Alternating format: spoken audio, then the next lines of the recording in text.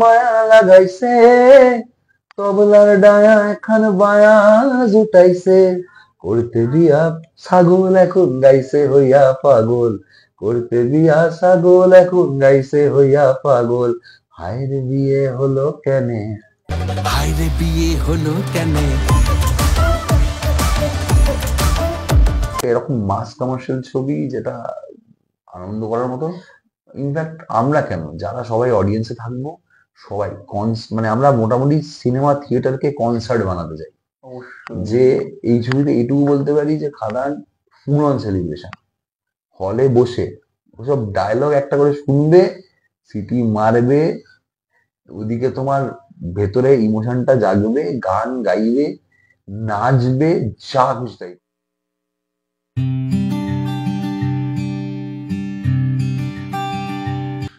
নমস্কার, welcome back to Tolly Bangla box office. এবং আজকে দেখে আমরা পেয়ে গেছি আমাদের সবার প্রিয় মিউজিক ডিরেক্টর নীলায়ন চ্যাটার্জি রয়েছে আমাদের সাথে। এবং তোমরা যাকে শুনেছো অবশেষে ভালোবেসে চলে যাবো থেকে শুরু করে বিভাগী মন তোমাকে চায়, বা কখনো কখনো বুমেরাং হয়ে ফিরে আসবে, আর এবার হায় রে বিয়ে হলো কেন।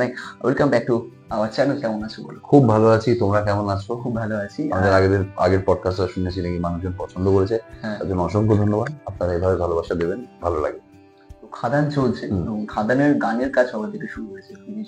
গানের কাজ মোটামুটি ভাবনা চিন্তা শুরু হয়ে গেছে অনেক আগে থেকে। বায়োতিনের সময় যখন বায়োতিনের কাজ শেষের দিকে, তখন আমাকে গল্পটা বেসিক ভাবে বলে। ইনফ্যাক্ট মানে বিজিএম ফাইনাল প্রিভিউ এর লাস্ট কয়েকটা ফাইনাল প্রিভিউর মধ্যে এক প্রিভিউতে যেখানে কাজ চলছিল সেখানকার বারান্দায় দাঁড়িয়ে আমাকে গল্পটা বলে, বোঝায়, বলে যে এরকম এরকম গান হলো, বাকি দেখো বসাচ্ছি, কথা বলাচ্ছি। আমি ঠিক আছে। তারপর রিনোর সাথে আমি বসি, আর ওই ডিরেক্টরের সাথেও একটা ম্যাচ করতে লাগে, কারণ আজকে প্রডিউসারকে বিশ্বাস রাখতে হবে যে এই ছেলেটির কাছে এই জনারটা পাওয়া যাবে। তারপর রিনো আমার সঙ্গে বসে, রিনোর সাথে বসে স্ক্রিপ্ট লেভেল থেকে প্রচুর আইডিয়েশনস হয়, অনেক আইডিয়া এক্সচেঞ্জ হয়। কাজ করতে করতে করতে করতে তারপর গান বানানো শুরু হয়। এবং কারণে এতটা ম্যামথ কাজ থাকে মধ্যখানে, মানে এতটা কাজের প্রেশার থাকে। প্রথম শ্রেণীতে কমার্শিয়াল ছবিতে যেটা হয় যে লিপে গানের বিষয়টা সব মানে থাকবেই। এবার প্রথম দিকে যেটা হয় যে গানের এত প্রেশার পড়ে যায়, তখন কাজটা ভাগ করে নেওয়া হয়। এবং খুব ভালো কাজ করেছে, রতিজিৎ খুব ভালো কাজ করেছে, সাবি তো ভালো কাজ করেই। তো তিনজন কম্পোজার নিয়ে একটা ডিসাইড হলে সেলিব্রেটরি অ্যালবাম, মানে যেখানে উৎসবে সবাই মিলে কাজ হয়, সবাই মিলে একটা বড় টিম করে কাজ হয়। এবং গানও প্রচুর এই ছবিতে যেটুকু আমরা দেখেছি। এবং সেলিব্রেশন রয়েছে, আনন্দ রয়েছে, আর একটা গানের পেছনে অনেকটা করে সময় যাচ্ছে। মানে যে কমার্শিয়াল ছবি যেটা হয়, ওই গ্র্যান্ডারটা ক্রিয়েট করতে গেলে কিন্তু সময় লাগে, প্রচুর লাইভ ইনস্ট্রুমেন্টস, প্রচুর কিছু, মানে আমার তো লাগে, মানে আমার প্রচন্ডই লাগে। তো সেই ক্ষেত্রে প্রথম দিকে সাবির, আমার আর রথির একটা করে গান এরকম ব্লক হয়। তারপরে আস্তে আস্তে আরো গানের প্রয়োজন পড়ে, যে কি গান হয়, তখন অফকোর্স আস্তে আস্তে আমরা কাজ করি। ফাইনালি এই মুহূর্তে অ্যালবামটা যে বানিয়েছে আছে। কমার্শিয়াল সিনেমা যেহেতু, এবং সিনেমার যে গান, তার যে কথা লেখা একটা ডিপেন্ড করে সিনেমার গল্পের সাথে। তো এই কথা লিখেছো তুমি, তো হায়রে বিয়ে হলো কেন, সেটা নিয়ে খুব ন্যাচারালি, মানে আমার না খুব ন্যাচারালি যখন আসে আমি তখনই লেখাটা রাখি, নাহলে আমি সবসময় কোলাবোরেট করার চেষ্টা করি।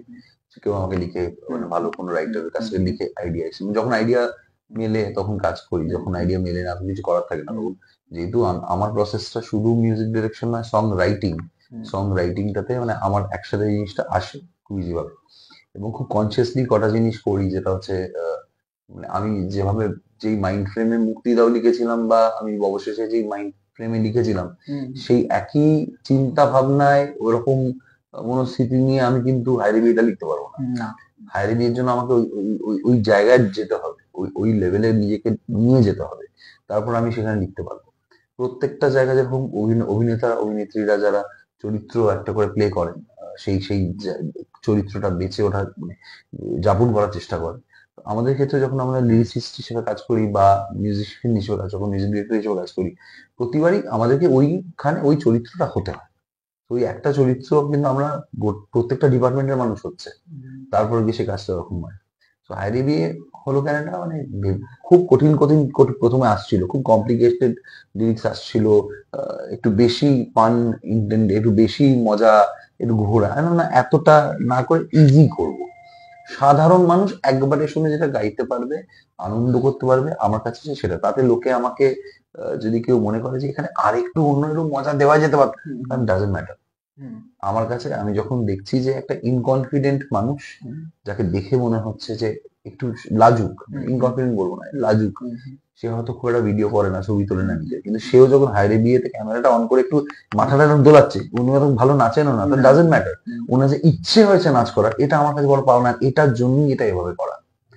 লিরিক্সটা অতীব সাধারণ ভাবে একটা প্রেজেন্ট করার চেষ্টা, সাধারণ কথা এবং মজা, যেটা হচ্ছে আগেকার দিনের ফোক গানে, বিয়ের ফোক গানগুলোতে দেখবি একটু পেছনে লাগা ব্যাপারটা থাকতো, একটু একটু একটু লেকুল করলাম, একটু যেরকম তুমি গ্যাংস অফ ওয়াসেপুর যদি দেখো, তার বিজলি সে পাতলে হামারে বিয়া, এবার সেই ধরনের, এবার মুঝকো রানা জি মাফ করনা গলতি মারে সে হবি, সেই সেই কালজয়ী সব মজার গান, এগুলো সব নাচের গান, ওগুলোতে কিন্তু খুব ইন্টেলিজেন্টলি, খুব খুব একটা মানে ফোক, আমাদের ব্যাপারটাই ছিল একটু মানে ওই পিরিতি কাঁঠালের আটা, এই যে মজাটা আমরা না এখন এস্থেটিক, হ্যান ত্যান, বিয়ের গান মানে এস্থেটিক সফট একটা, মানে ওই একটা সবকিছু একটা বড় করে সিনেম্যাটিক ভাবে হবে, এই ক্রুড মজাটা ভুলে গেছে। আর খাদান তো কলিয়ারি বেল্টের গল্প, সেখানে তো মানুষজন সাধারণ, যেই সময়কার জিনিসটা দেখানো হচ্ছে, খুব সাধারণ বিয়ে বাড়ি হয় ওখানে, এবং সাধারণ ভাবে ওই কালার্স গুলো নিয়েই কাজ হয়।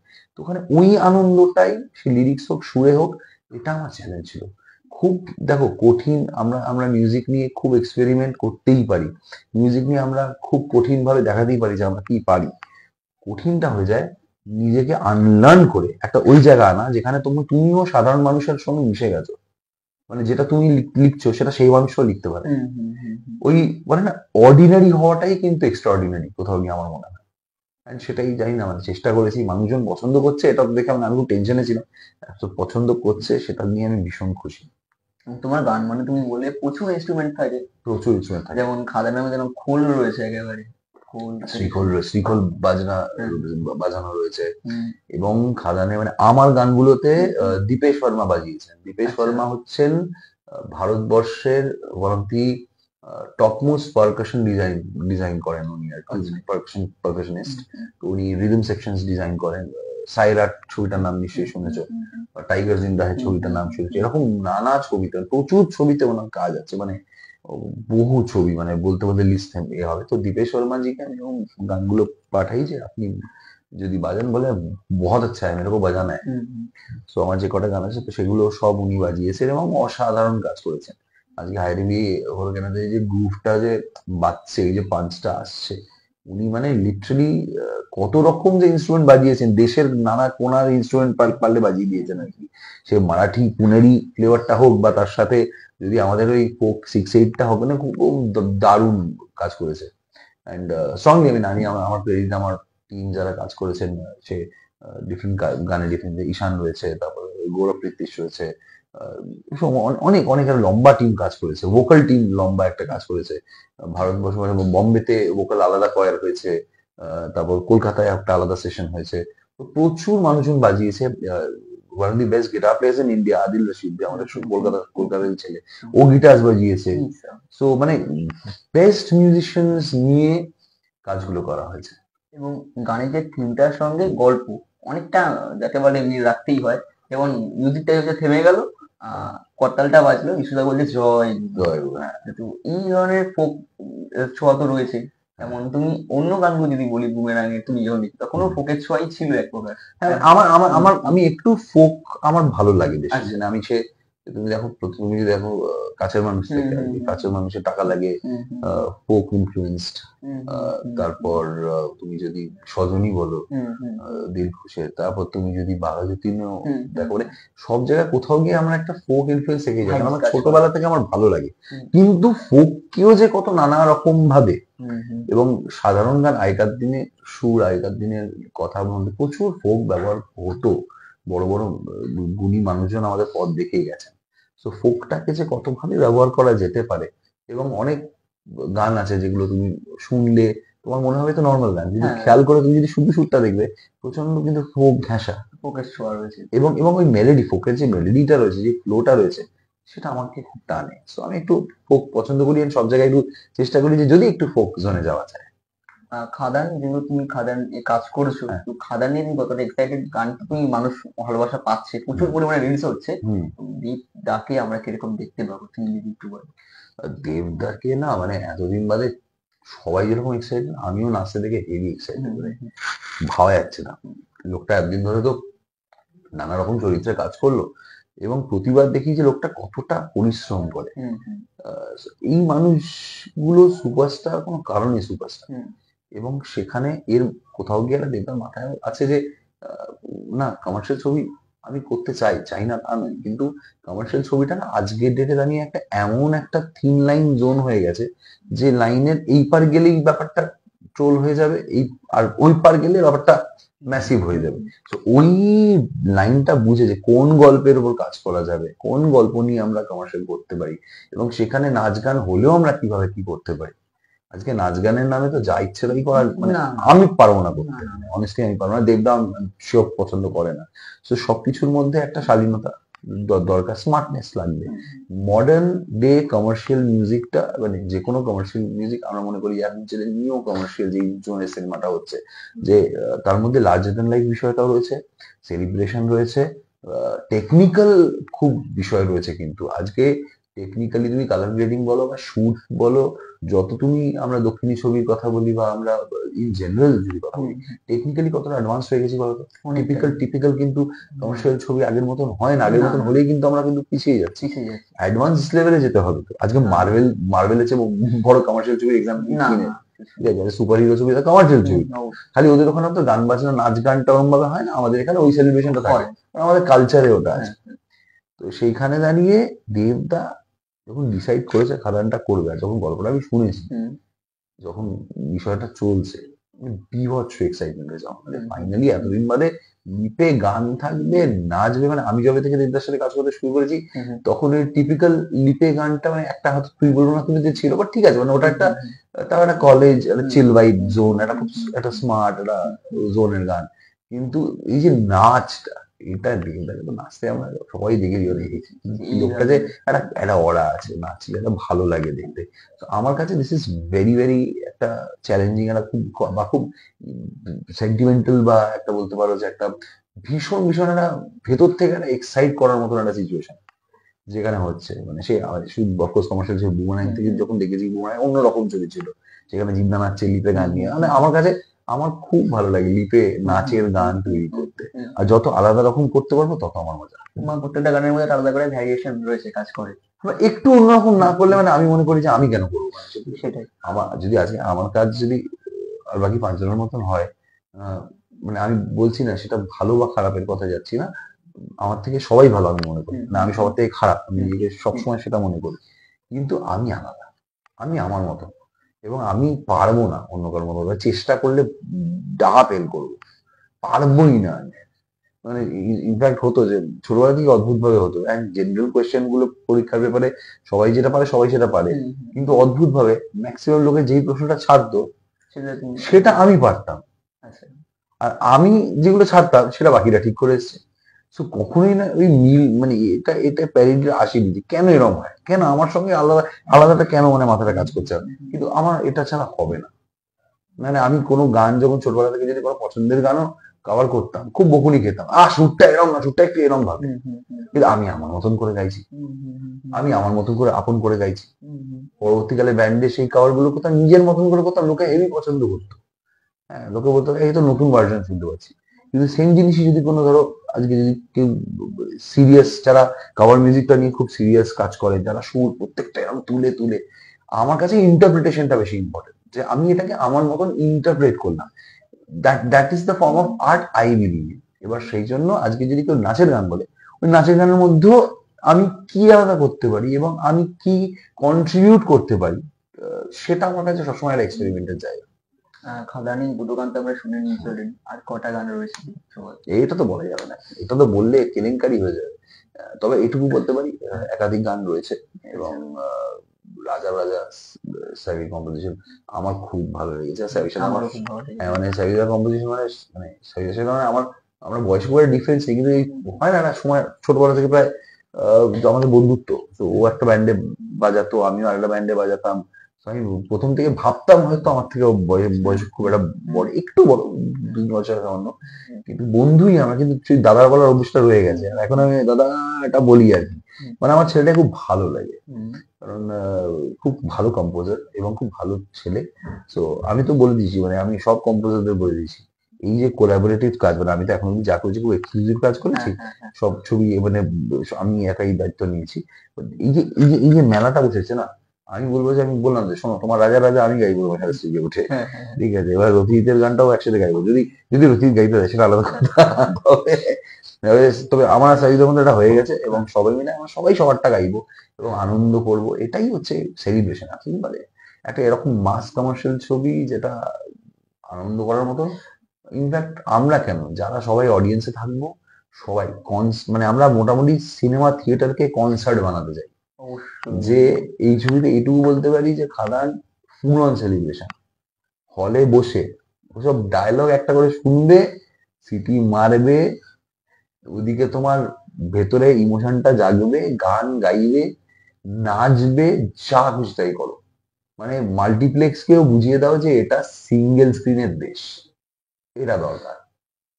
একেবারে যখন আমাদের ইন্ডিয়া পাকিস্তানের খেলা হলে ছয় মালে যেমন হয় সেলিব্রেশনটা গ্যালারির মধ্যে, সেম ব্যাপারটা হয়েছিল। একদম খুব দরকার এই ছবিটা, মানে আমাদের সবার সেলিব্রেট করা খুব দরকার। আর হাইরে বিয়ে তোমার গিয়ে চলেছে অভিজিৎ ভট্টাচার্য। হ্যাঁ, তো উনি এর আগে কাজ করেছিল দেবের সাথে ঢাকের তালে কোমর ধরে, পরাজয় অনেক গান করছে। তো ওনাকে নিয়ে আসেন, ওনার মধ্যে দেখো, Abhijit da is a very powerful vocalist, ঠিক আছে? এবং এবং আমি আমি খুব ভালোবাসি একটু পুরনো যাদের গান শুনেছি বহু যুগ ধরে, তখন আমার অনেক বয়স কম, আমার তাদের নিয়ে কাজ করার একটা ছোট থেকে ইচ্ছে তো ছিলই প্রথমত, কিন্তু এই সঠিক গানটা তো লাগবে। আর এই কাজ করার ইচ্ছে থাকলেই বলে আমি একটা এমন জাস্ট কাজ করলাম যেটা তার ক্যারিয়ারেও কোনো ডিফারেন্স আনলো না, মানে আমার কন্ট্রিবিউশন তার ক্যারিয়ারে হলো না, এটা হবে না। আমি যদি কারোর সাথে কাজ করি, আমার কাছে ওই গানটা থাকতে হবে যেটা তার ক্যারিয়ারেও ইম্পর্টেন্ট। মানে আজকে কোথাও গিয়ে অরিজিৎ সিং যদি অবশেষে তার স্টেজে গাইছে, ঠিক আছে, আজ যদি আসবো ফিরে এটা ওর স্পেশাল ওকেশনেও গাইতে পারছে, তো সেখানে দাঁড়িয়ে এটা ইম্পর্টেন্ট, এটা আমার কন্ট্রিবিউশন। ওর প্লে লিস্টে লাইভ শোতে হচ্ছে অবশ্যই গাইবে, ওটা আমার কন্ট্রিবিউশন। বা আজকে যদি বাচ্চা ছেলেটা প্রাঞ্জল, ও যদি টাকা লাগে লাইভ শোতে গায়, সেটা আমার ওর ক্যারিয়ারগ্রাফের কন্ট্রিবিউশন। অভিজিৎদা যদি নতুন শো গুলোতে এসে এটা গায়, এটা তো করতে হবে, কারণ প্লেব্যাক সিঙ্গারকে শুধু আমি তার কণ্ঠস্বর ইউজ করছি না, আমি তার সাথে প্রপার কোলাবোরেশনে বিশ্বাস করি, যেখানে তার ক্যারিয়ারে এবং তার রিসেন্ট টাইমেও এই গানটা তাকেও কোথাও গিয়ে একটা তার জীবনের সাথেও আটকে যাবে ছবির বাইরে। আর আমার বিষয়টাও, আমার যেই কণ্ঠস্বরটা দরকার ছবির স্পিরিটটাকে তোলার জন্য, গানটাকে স্পিরিটটাকে আরো বেটার করার জন্য, সেটা করবো। তাই অভিজিৎদার থেকে বেটার আমার শ্যাম মাহাতো চরিত্রে, মানে ওই দেবদার এই পার্টিকুলার চরিত্রে অন্য কারোর গলা আমার কানে বাজেনি, এবং এটা নিজে গাইছে, ঠিক আছে। আজ যদি আসবো ফিরে এটা ওর স্পেশাল ওকেশনেও গাইতে পারছে, তো সেখানে দাঁড়িয়ে এটা ইম্পর্টেন্ট, এটা আমার কন্ট্রিবিউশন। ওর প্লে লিস্টে লাইভ শোতে হচ্ছে অবশ্যই গাইবে, ওটা আমার কন্ট্রিবিউশন। বা আজকে যদি বাচ্চা ছেলেটা প্রাঞ্জল, ও যদি টাকা লাগে লাইভ শোতে গায়, সেটা আমার ওর ক্যারিয়ারগ্রাফের কন্ট্রিবিউশন। অভিজিৎদা যদি নতুন শো গুলোতে এসে এটা গায়, এটা তো করতে হবে, কারণ প্লেব্যাক সিঙ্গারকে শুধু আমি তার কণ্ঠস্বর ইউজ করছি না, আমি তার সাথে প্রপার কোলাবোরেশনে বিশ্বাস করি, যেখানে তার ক্যারিয়ারে এবং তার রিসেন্ট টাইমেও এই গানটা তাকেও কোথাও গিয়ে একটা তার জীবনের সাথেও আটকে যাবে ছবির বাইরে। আর আমার বিষয়টাও, আমার যেই কণ্ঠস্বরটা দরকার ছবির স্পিরিটটাকে তোলার জন্য, গানটাকে স্পিরিটটাকে আরো বেটার করার জন্য, সেটা করবো। তাই অভিজিৎদার থেকে বেটার আমার শ্যাম মাহাতো চরিত্রে, মানে ওই দেবদার এই পার্টিকুলার চরিত্রে অন্য কারোর গলা আমার কানে বাজেনি, এবং এটা বিরাট একটা নস্টালজিয়া। যখন দেখছি দেবদা, বারখা এরা এক জায়গায় আসছে, তো why not June Banerjee, why not Abhijit Bhattacharya, হোক না নস্টালজিয়াটা। আরে ফেরাতে তো হবে অবশ্যই, এবং পুরোনো দিন ফেরাতে গেলে পুরোনো মানুষদেরও ফেরাতে হবে। সেই 2 কেজি সময় বরখার দিকে আমরা দেখেছিলাম একদম। আর আমরা কোথাও গিয়ে যারা সদ্য কাজ করতে শুরু করেছি, দেখো, বড়দের আশীর্বাদ ছাড়া নতুনরা এগোতে পারে না, কোনোদিনও হয়। তো সেখানে পুরোনো মানুষজন, সিনিয়রদেরও দরকার, নতুনদের আইডিয়া, ফ্রেশনেস এটা দরকার। যদি সবাই আমরা এক জায়গায় এক হতে পারি, যদি মিশে যেতে পারি, তাহলেই স্বর্ণযুগ ফিরবে। স্বর্ণযুগ কোনোদিনও একটা মানুষের পক্ষে ফেরানো সম্ভব ছিল না, সবাইকে মিলে আসতে হবে। আমাদের মধ্যে যে এত যে ডিফারেন্সেস না সরিয়ে দিতে হবে।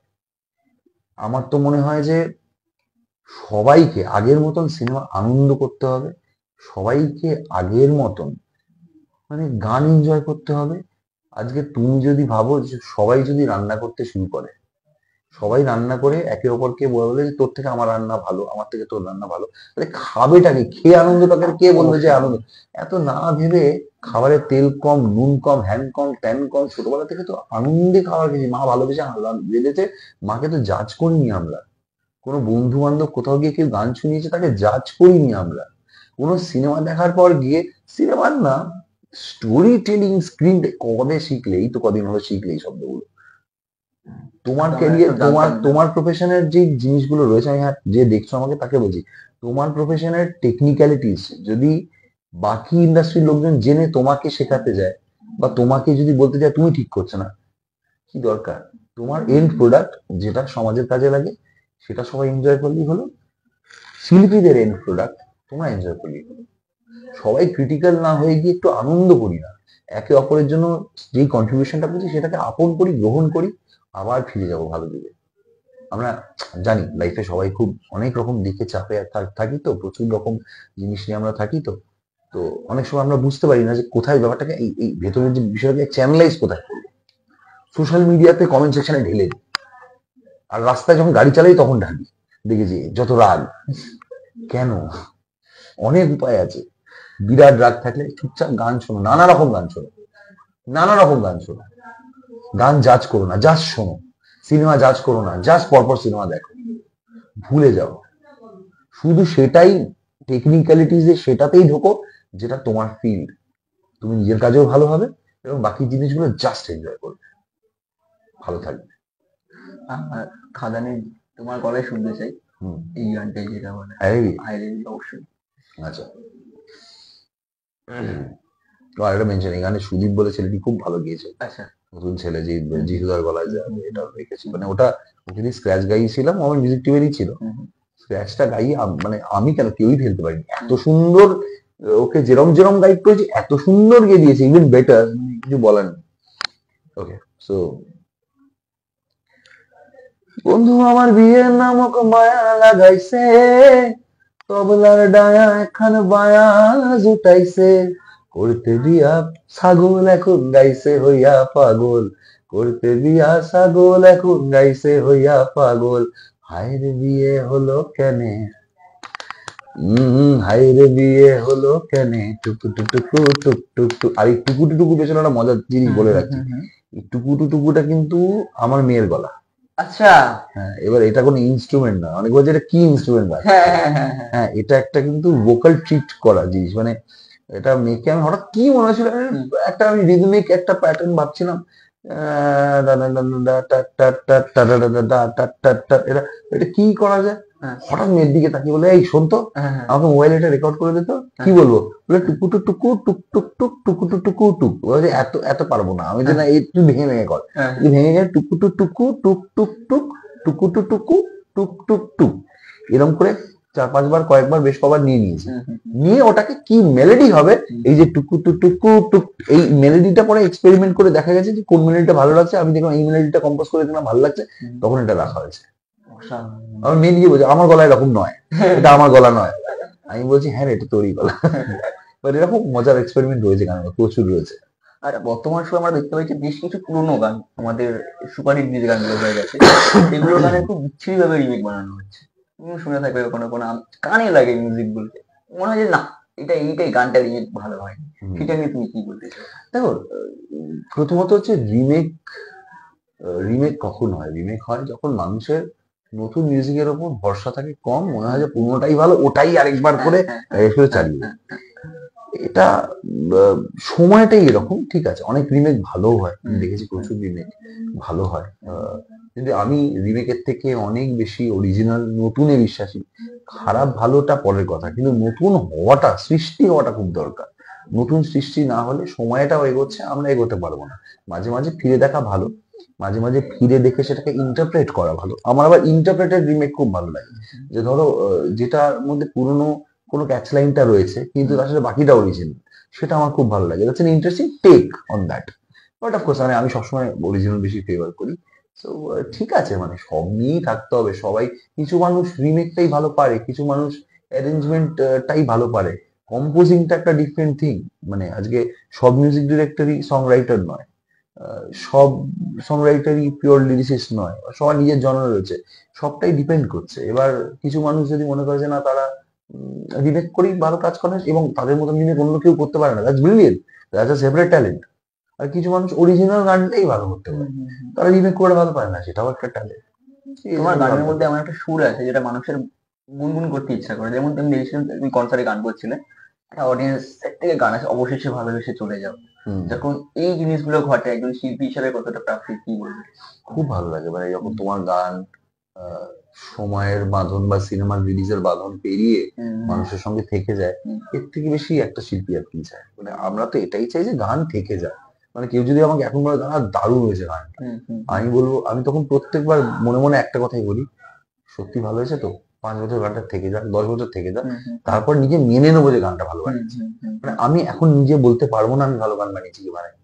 যদি গানটা থেকে যায় তখন নিজেকে বলতে পারবো হ্যাঁ গানটা হয়তো সত্যি ঠিকঠাক, মানে অ্যাটলিস্ট অনেস্টলি বানিয়েছিলাম। ভালো খারাপ জানি না, তবে গানটা হয়তো অনেস্টলি বানিয়েছিলাম বলে মানুষ কানেক্ট করেছে আর গানটা রয়েছে। তোমার কথাটাই যদি আসে, আমরা যেমন জিৎ গাঙ্গুলি স্যারের কম্পোজিশনের গানগুলো শুনেছিলাম, এখনো আমরা গুনগুন করি, কিন্তু এখন অনেক ভালো গান হয় কিন্তু টেকে না। একটা টাইমের পর গানগুলো আমরা শুনতে পাই। সেটা কম্পোজারের দোষ নয় কিন্তু, by the way Jeet Ganguly is a legend, ঠিক আছে? Jeet Ganguly sir is a legend. আমরা সবাই প্রচন্ড শ্রদ্ধা করি মানুষটিকে। মানুষ একটা নতুন ইরা এনেছিলেন গানের, এবং উনি যা কন্ট্রিবিউট করেছেন বাংলা সিনেমাতে, একটা সময় ডিস্কোতে গান চালানো থেকে শুরু করে আউটস্ট্যান্ডিং। তখন ওই চিন্তার ভাবনা ওই সময় দাঁড়িয়ে ব্রিলিয়েন্ট। মানে এবং জিৎদাকে মানে আমি খুব খুব ভেতর থেকে, মানে আমি নিজে পার্সোনালি খুব ভালোবাসি, ভীষণ ভালো মানুষ এবং আমার খুব ভালো লাগে ওনাকে। যতবার দেখা হয়েছে খুব কম মানুষ। কিন্তু জিৎ গাঙ্গুলি স্যার যেটা হয় সেটা হচ্ছে যে গানগুলো এতটাই ভালো হয়ে গেছে, মানুষের ভিতরে এতটাই রয়ে গেছে, মানুষ মনে করছেন হয়তো গানটা ওরকম তৈরি হয় না, জিৎ গাঙ্গুলি স্যারও এখন তৈরি করেন না, কিন্তু ওই টাইমটা আলাদা ছিল, এই টাইমটা এখন আলাদা। তখনকার দিনে স্পটিফাই ছিল না, তখনকার দিনে টেলিভিশনটা লোকে রেগুলার দেখতো, তখনকার দিনে টেলিভিশন চ্যানেলে সারাক্ষণ গানগুলো চালানো হতো। তুমি মেট্রো স্টেশন থেকে শুরু করে কোনো চায়ের দোকান থেকে শুরু করে টিভিতে কনস্ট্যান্ট, যেখানে তুমি যাচ্ছ চোখের সামনে তোমার গানটা চলছে। এখন তোমার হাতের মুঠোয় চলে এসেছে, তোমার কাছে গানটা খুব ইজিলি অ্যাভেলেবেল, কিন্তু তোমাকে এফার্টটা নিতে হবে দেখার জন্য। আর সেখানে প্রচুর ভিড় রয়েছে, ওই ভিড়ের মধ্যে গানটা স্ট্যান্ডার্ড করা। কিন্তু তখন তোমার কাছে তো রিমোটটা হাতে সবসময় নেই, তোমার সামনে যেটা চলছে তুমি দেখছো। আর তখন বারবার করে গানগুলো যে মানুষের জনপ্রিয়তা পেয়েছে, সেটা কিন্তু জনপ্রিয়তা পাওয়ার পেছনে radio was responsible, this television channels were responsible. লোকে গানটা শোনার জন্য ইউটিউবে দেখার জন্য ইউটিউবে যেত আলাদা করে, মানে ইন্টারনেটে যদি কিছু বলো ইউটিউবে, তাই জন্য ভিউজ গুলো ওই রকম দেখা যেত, কারণ ডিভাইডেড নয় তো, 10 জায়গা পোস্ট হচ্ছে না। এখন একই গান ফেসবুকে পোস্ট করা হচ্ছে, ইনস্টাগ্রামে পোস্ট করা হচ্ছে, ইউটিউবে করা হচ্ছে, যত স্ট্রিমিং প্ল্যাটফর্ম আছে এখন অডিও স্ট্রিমিং প্ল্যাটফর্মে করা হচ্ছে।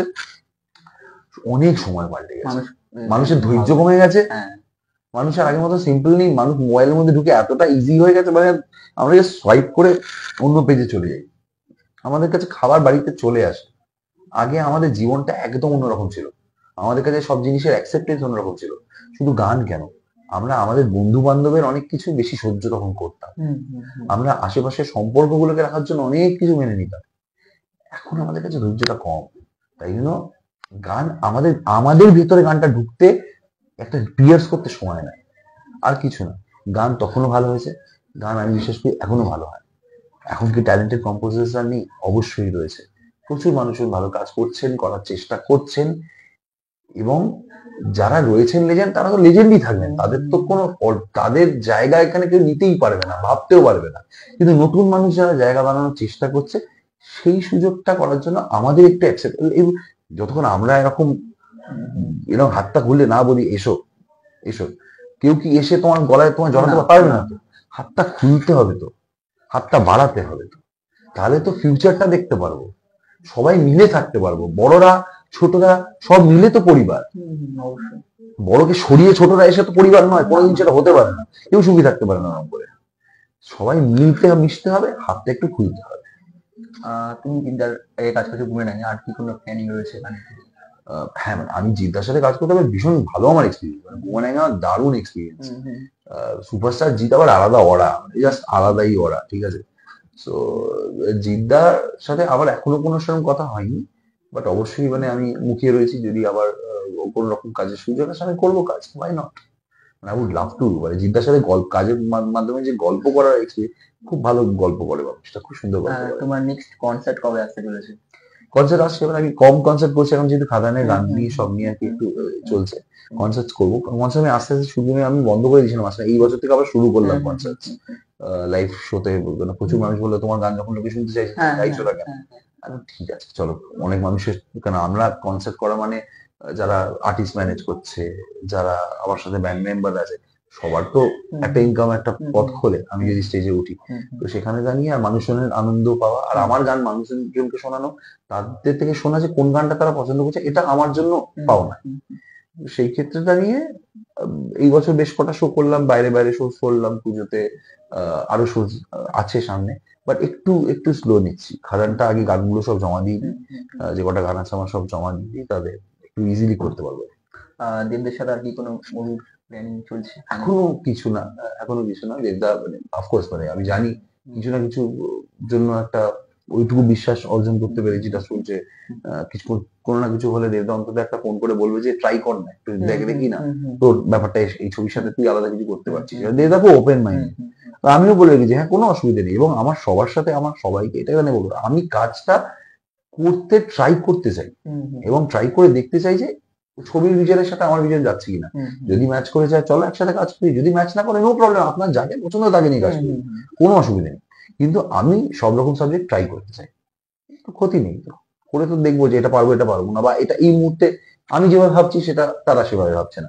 তো দেবদার সাথে আমার সেই ইকুয়েশনটা রয়েছে, জাস্ট রয়েছে, এবং দেবদা স্পষ্ট বাঘায়তনের সময় বলো, কাছের মানুষের সময় বলো, সব সময় ট্রাই করে দেখবি, যদি পছন্দ হয় না, হ্যাঁ যদি পছন্দ হয় রেখো, না অসুবিধা নেই, কোনো প্রবলেম নেই, সিম্পল কথা।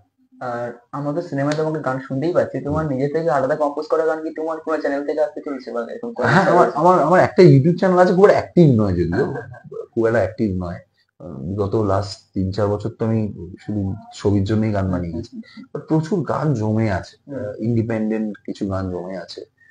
তো ভাবছি হ্যাঁ অবশ্যই ব্যান্ডের সাথে, আমার যে ব্যান্ডটি রয়েছে তার সাথে, বা নিজেও ইনফ্যাক্ট অনেক আর্টিস্টের সাথে কোলাবোরেট করেও, মানে অনেক সময় হয় না কিছু একটু স্বাদ বদল করার জন্য একটু সব রকম কাজ করলে আর্টিস্টেরও গ্রোথ হয়, তো সেটা আমি করতেই রাজি, আমি করতেই পারি, মানে সেটা দেখি প্ল্যানিং কিছু আছে, এখনো কিছু ডেট ফিক্স বা কোনো ফিক্স করিনি, দেখি গানগুলো রেকর্ড করি কি হয় কি না হয়। অডিয়েন্সকে এটুকুই বলবো 20 ডিসেম্বর খাদান আসছে, এবং খাদান ভালোবেসে সবাই দেখবেন, উপচে পড়বেন হলে, একদম সবাই মিলে অনেকদিন বাদে একটা ছবি, জাস্ট ইমোশনাল যত ইয়ে রয়েছে না, এক্সপ্রেশন গুলো জাস্ট হলে বার করতে যান। যত হিরোগিরিটা এতদিন ধরে ভেতরে আটকে ছিল, নিজেকে হিরো মনে করার যে ব্যাপারটা, এটা দেবদার সাথে এই ছবিটা হবে, ঠিক আছে। একটু হল থেকে বেরিয়ে হাতটা গোটাবেন, ঠিক আছে, ঠিক আছে। আগে কোনো বিয়ে বাড়িতে গেলে হাইরের বন্ধুদের একটু বিয়ে করবেন, টিস করবেন, হাইরে বিয়ে হলো কেন, বন্ধু আমার বিয়ে মানে নামও মায়া লাগাইছে। ওদিকে কোথাও স্টাইল দিয়ে ঢুকবেন, বলবেন রাজার রাজা এলো, আরো বাকি গানের নামগুলো বলতে পারছি না, কেসকে যাবো। তো প্রচুর কিছু রয়েছে এই ছবিতে, যেটা আপনার জীবনের সাথে মিশে যেতে পারে, আনন্দ ফেরাতে পারে আপনার জীবনে, কমার্শিয়াল সিনেমার বা কমার্শিয়াল বাংলা সিনেমার। এবং যেটা সব থেকে বড় কথা, খাদানটা আমাদের ছবি শুধু নয়, খাদান আমাদের গোটা বাংলার ছবি। খাদান যদি সাকসেসফুল হয় তাহলে কিন্তু প্রডিউসাররা সাহস করে আবার মাঠে নামবে প্রচুর কমার্শিয়াল ছবি পেতে। আর যদি আমরা একবার ফ্লো পেয়ে যাই বাংলা সিনেমারা, আমরা আমাদের এখানে যা শিল্পী রয়েছে, আমরা যেই আমাদের জিনিসপত্র সাধন নিয়ে মধ্যে থেকে, গন্ডির মধ্যে থেকে আমরা যেটা ডেলিভার করতে পারি, যেদিন আমরা সাউথ বা যে কোনো ইন্ডাস্ট্রির মতন বাজেটে পৌঁছাবো, আমরা খুব ভালো কাজ করতে পারি। দারুণ দারুণ শিল্পীরা এখানে রয়েছে, কিন্তু তার জন্য সাপোর্টটা আমাদের সবাইকে মিলে একে অপরকে করতে হবে। আপনাকে ছবি তখনই ভালো দিতে পারবো যখন আপনারা ইনিশিয়াল ফেজে আমাদের ছবি দেখতে আসবেন। But Khadaan is not initial phase, না, খাদান ইজ নেক্সট লেভেল, এটুকু বলতে পারি। খাদান উইল চেঞ্জ দ্য গেম। খাদান কিন্তু গেম জাস্ট চেঞ্জ করতে এসছে। ভিজুয়ালস অলরেডি আপনারা দেখেছেন, এন্ড আমি বিরাট ভরসা রয়েছে। সুজিত কৃষ্ণ দত্ত এই ডিরেক্টরের ওপর কাজ করে আমার দারুণ এক্সপিরিয়েন্স। তার সাথে কোর্স ব্রিলিয়েন্ট এডিটর কালাম দাবিজ সবাই রয়েছে। আর সুজিত সুরিন্দর ফিল্ম দেবেন Indian ventures they are going all out for this film. আপনাদেরকে অল আউট হয়ে থিয়েটারে আসতে হবে 20 ডিসেম্বর। খাদান দেখা হচ্ছে। অবশ্যই আমরা খাদান যখন সিনেমা দেখতে যাবো হল নয়, একবারে স্টেডিয়ামে পরিণত করবো। ধন্যবাদ আপনাদেরকে, তোমাকেও ধন্যবাদ আমাকে সময় দেওয়ার জন্য। খুব ভালো থেকো, অনেক শুভকামনা খাদানের জন্য, আমরা প্রচুর এক্সাইটেড। এখনো টাটা।